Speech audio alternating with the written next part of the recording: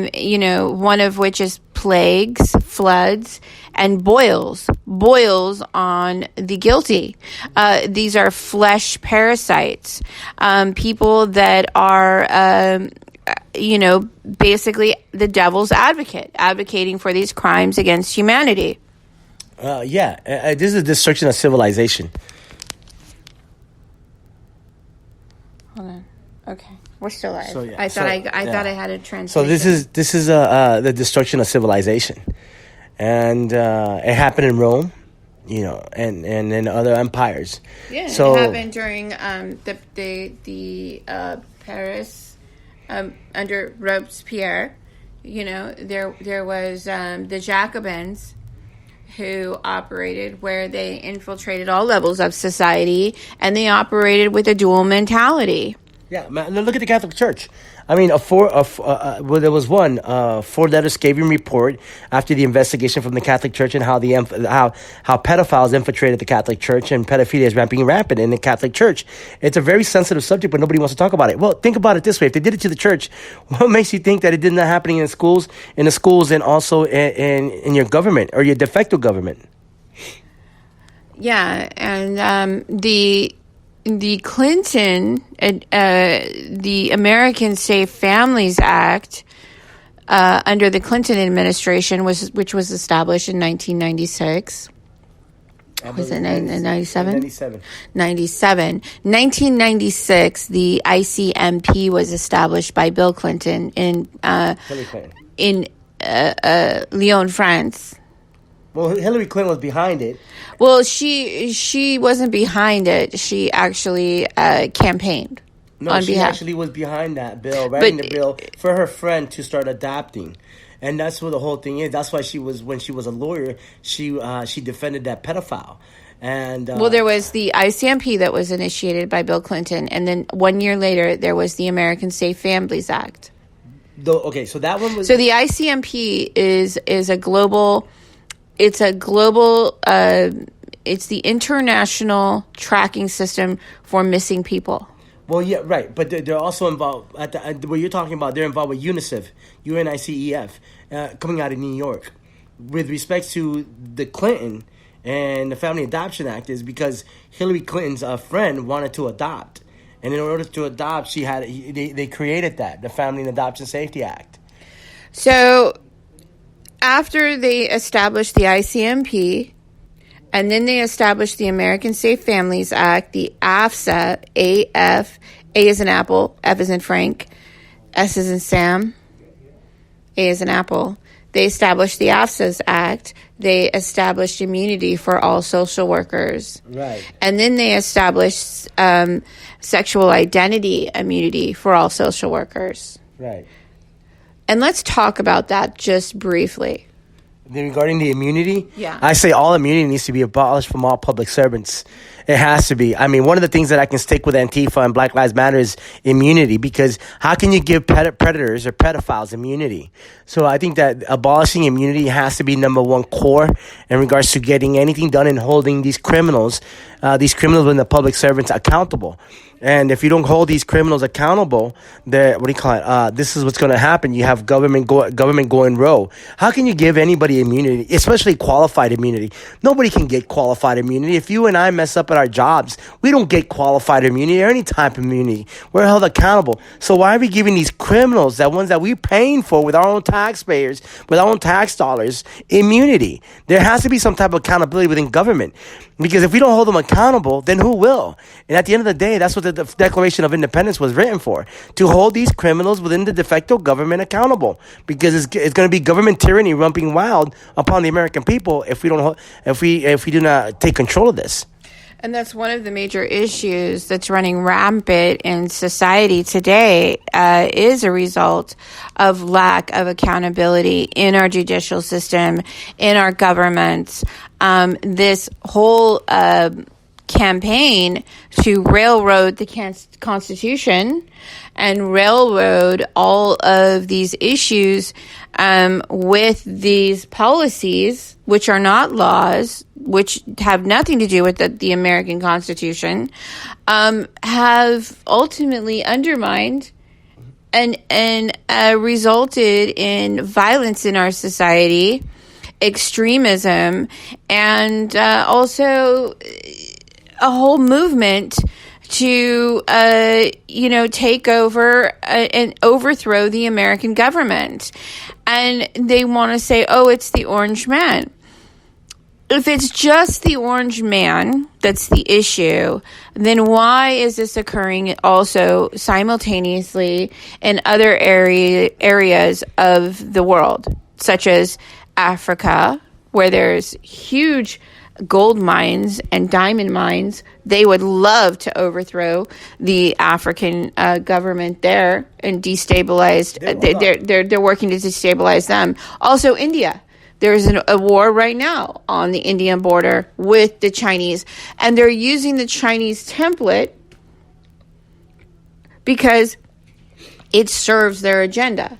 So go ahead. I'm sorry. So my thing is, I don't want to get too wild going internationally. I want to stay in the United States on this. And obviously, to the American people out there, most of the infiltrators that have infiltrated all three branches of government are the judges, lawyers, lobbyists, and politicians. And what do they all four have in common? They're mostly members. They're foreign agents, but they're mostly members of the American Bar Association. In addition, and that's all George Soros. Why do you think George Soros contributes millions of dollars to the American Bar Association? In addition to the Southern Poverty Law Center and to the ACLU. And what does the Southern Poverty Law Center and the American Civil Liberties Union have in common? In California, and in New York. But let me add this. What do they have all in common? They're all members of the American Bar Association and also involved with bankers and the New World Order.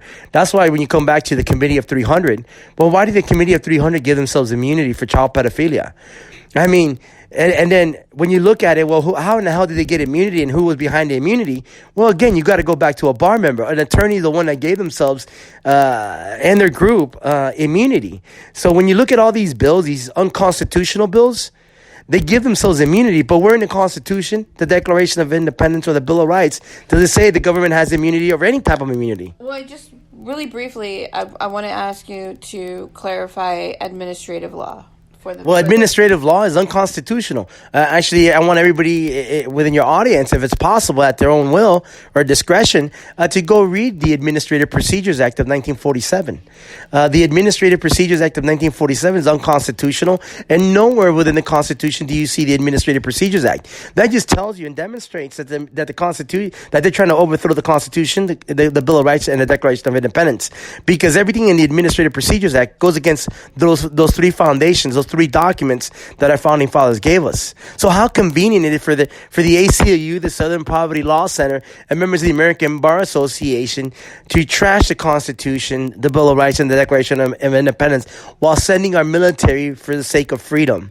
How can we be free if we have criminals, bar attorneys, bar judges, bar lobbyists, and bar lawyers trashing or wiping their ass with the Constitution? How is that constitutional? Exactly. And, it's unfortunate. And Laz and I have been talking about this on the Porthole to Justice for 7 years.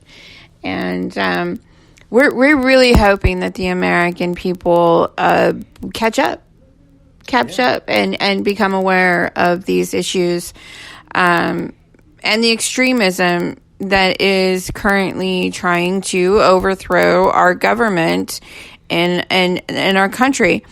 And the thing is, there are many countries that are more free than America in these current times. However, it's what America represents on the global stage symbolically in regards to freedom and the Constitution. And that's truly what they're trying to erode. And this is a desperate attempt to try and reach out to you, the listeners, the American people, to really wake up and not just take our word for it or call us, label us a conspiracy theorist or a truther or, anything of that nature, but really, look into some of these topics that we're discussing over the years here on the Porthole to Justice, the Window to the Truth. Laz, I thank you so much for coming on the podcast today. I know you're in a hurry. No, I'm not. And you're always on the move. I am. That I am. I'm on all the move. We never know how to pin you down, right? No, absolutely not. You got to keep like this because obviously there's a lot of people that really want to know where I'm at and where I hang out. But at the end of the day, this is not about me. This is about the Republic, our children, and our grandchildren. One of the things that I've been talking to you lately, and obviously one thing about Melly Weaver and stuff, and that topic, right now we don't need division. We need cooler heads to prevail from both sides. Melly and Alex Jones Infowars. Obviously, I'm going to try to do my best to somehow let everything play out after the elections versus now. We know that Melly's appears that she's been infiltrated from within, but I'm going to support her no matter what in any capacity.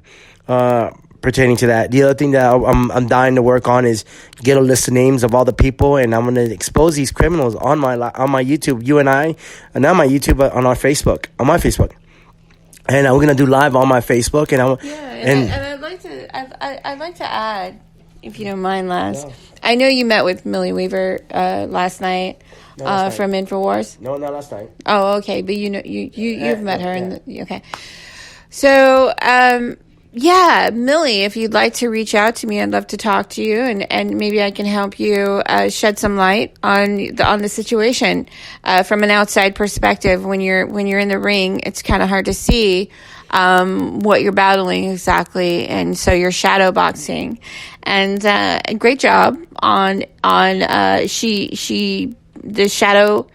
Shadowgate.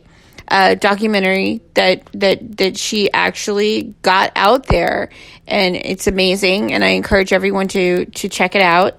But there has been a lot of controversy because it was an infiltrated project. It appears that way, but there's actually there's some truth into that documentary, and you cannot ignore those truths. I mean, as much as certain people want to go ahead and try to debunk it, you can't debunk it because some of it is correct and accurate. So all I can say is right now, for the sake of the country and for the sake of Donald J. Trump and trying to get Trump reelected, I think certain things, cooler heads need to prevail because country comes first. And the only way our country comes first is to put Donald J. Trump ahead of the game and have him win. So this is going to be amazing, and we're going to see what happens and how everything plays out.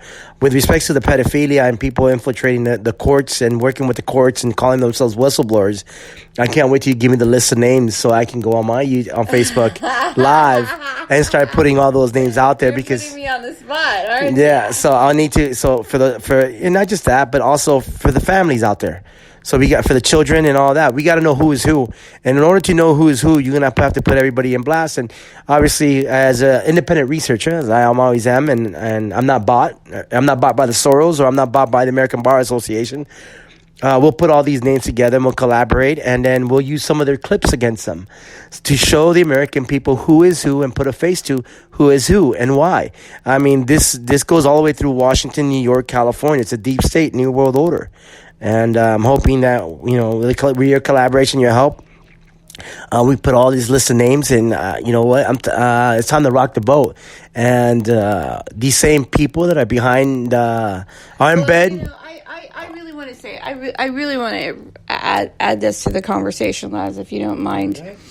I don't underestimate the listeners' intelligence or the people. And I'm very confident that, I don't think now is the time to change the chain of command when there is a clear and obvious threat from China.